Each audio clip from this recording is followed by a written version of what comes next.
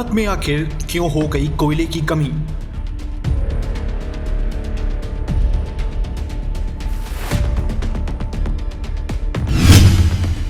क्या होगा इसका प्रभाव?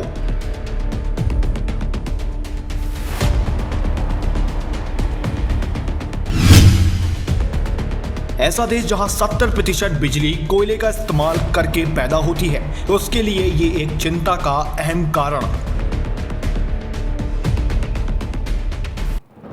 क्या सच में अब भारत में होगी बिजली 6 महीने तक लुप्त? नमस्कार, मैं हूं अर्चित, आप देख रहे हैं एक्सेस भारत न्यूज।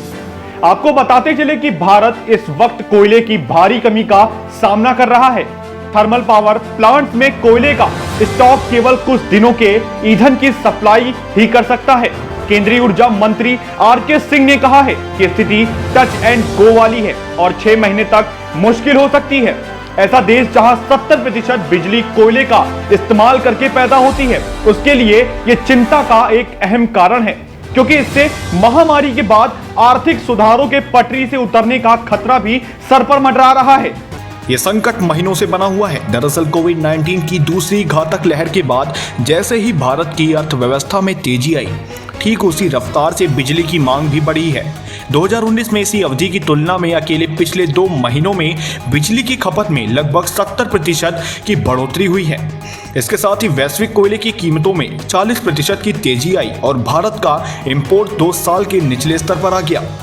दुनिया में चौथा सबसे बड़ा कोयला भंडार होने के बावजूद भारत दुनिया का दूसरा सबसे बड़ा कोयला इंपोर्टर है। पावर प्लांट्स जो आमतौर पर इंपोर्ट पर निर्भर होते हैं, अब वह भारतीय कोयले पर बहुत ही ज़्यादा निर्भर हैं, जिससे पहले से ही घरेलू सप्लाई पर और दबाव बढ़ रहा है। विशेषज्ञों का कहना है कि घरेलू कमी और पूरी करने के लिए ज्यादा कोयले एक्सपोर्ट करना फिलहाल तो कोई ऑप्शन नहीं है। नोमुरा में इंडिया इकोनॉमिस्ट और वाइस प्रेसिडेंट डॉक्टर औरदीप नदी ने समाचार से कहा, हमने तो अतीत में भी ऐसा कमी देखी है, लेकिन इस बार गंभीर बात तो ये है कि कोयला वास्तव में महंगा है। उन्होंने समझाया, अगर मैं एक कंपनी के रूप में महंगा कोयला इंपोर्ट कर रहा हूँ तो मैं अपनी कीमतें बढ़ाऊंगा, है ना? और आखिर में इन लागतों को बोझ कंज्यूमर पर डालता है, इसलिए दाम बढ़ने का असर पड़ता है। अगर संकट जारी रहता है तो उपभोक्ताओं को बिजली की लागत में बढ़ोतरी का सामना करना होगा। खुदरा महंगाई पहले से ही हाई है, क्योंकि तेल से लेकर खाने पीने तक सब कुछ महंगा हो गया है। हाल के कुछ सालों में भारत का प्रोडक्शन पिछड़ गया है, क्योंकि देश ने जलवायु लक्ष्यों को पूरा करने के लिए कोयले पर अपनी निर्भरता को कम करने की कोशिश की है। भारत के ऊर्जा मंत्री आर.के. सिंह ने द इंडियन एक्सप्रेस अखबार के साथ एक इंटरव्यू में कहा कि स्थिति टच एंड गो है और देश को अगले 5 से 6 महीने के लिए खुद को तैयार करना चाहिए। एक वरिष्ठ सरकारी अधिकारी ने नाम न छापने की शर्त पर समाचार एजेंसी को बताया कि स्थिति चिंताजनक है। अगर स्थिति ऐसी ही रहती है तो एशिया की तीसरी सबसे बड़ी अर्थव्यवस्था पटरी पर आने के लिए संघर्ष करेगी। कोल इंडिया लिमिटेड की पूर्व प्रमुख सुश्री जोहरा चटर्जी ने चेतावनी दी है, इलेक्ट्रिसिटी ही सारी पावर देती है, इसलिए पूरी manufacturing sector, cement, steel, construction, कोयले की कमी होने से सब कुछ प्रभावित हो जाता है। चटर्जी मौजूदा स्थिति को भारत के लिए एक वेक अप कॉल बताती हैं और कहती हैं कि समय आ गया है कि कोयले पर निर्भरता को कम किया जाए और रिन्यूएबल एनर्जी स्ट्रेटजी को और ज़्यादा तेजी से आगे बढ़ाया जाए। कोयले की इस कमी का असर अब धीरे धीरे दिखने भी लगा है। राजधानी दिल्ली के मुख्यमंत्री अरविंद केजरीवाल ने शनिवार को राजधानी के बिजली प्लांट्स में कोयले की कमी को लेकर प्रधानमंत्री नरेंद्र मोदी को चिट्ठी लिखी है। केजरीवाल ने राजधानी में बिजली संकट की समस्या के समाधान के निदान के लिए प्रधानमंत्री से इस मामले में व्यक्तिगत हस्तक्षेप करने की अपील की है। वहीं पंजाब के मुख्यमंत्री चरणजीत सिंह चन्नी ने भी केंद्र सरकार से बिजली संकट से निपटने के लिए कोटा के अनुसार राज्य की कोयले की सप्लाई को तुरंत बढ़ाने के लिए कहा है, क्योंकि इसके थर्मल प्लांट्स तेजी से घटते कोयले के भंडार के कारण बंद हो गए हैं।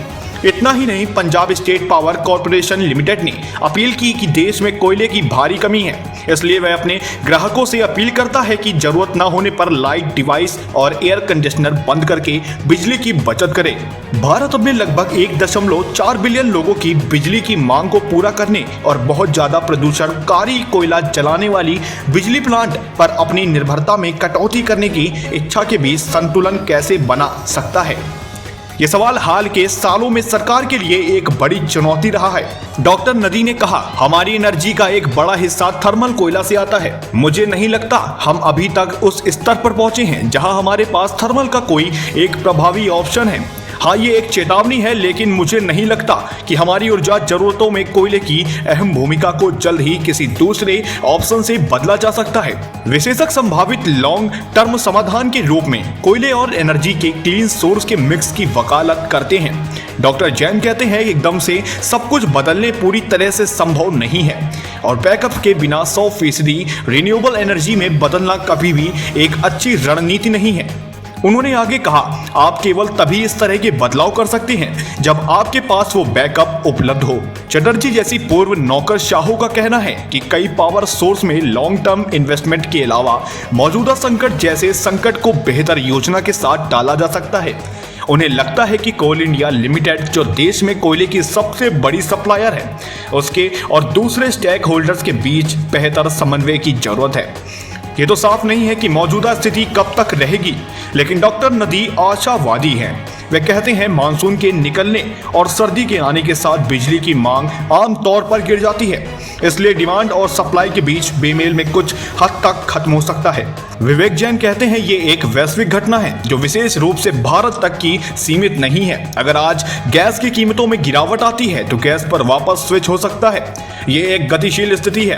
अभी के लिए भारत सरकार ने कहा है कि वो सप्लाई और डिमांड के बीच एक अंतर को कम करने के लिए प्रोडक्शन और माइनिंग को बढ़ाने के लिए राज्य द्वारा संचालित एंटरप्राइजेस के साथ काम कर रही है।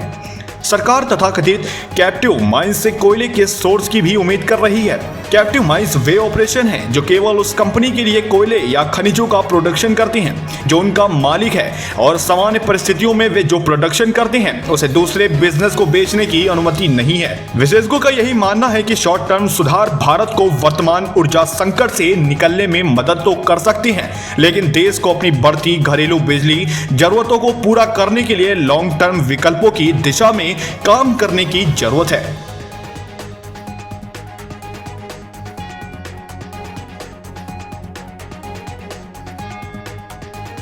देखते रहिए खास रिपोर्ट सिर्फ ई भारत पर।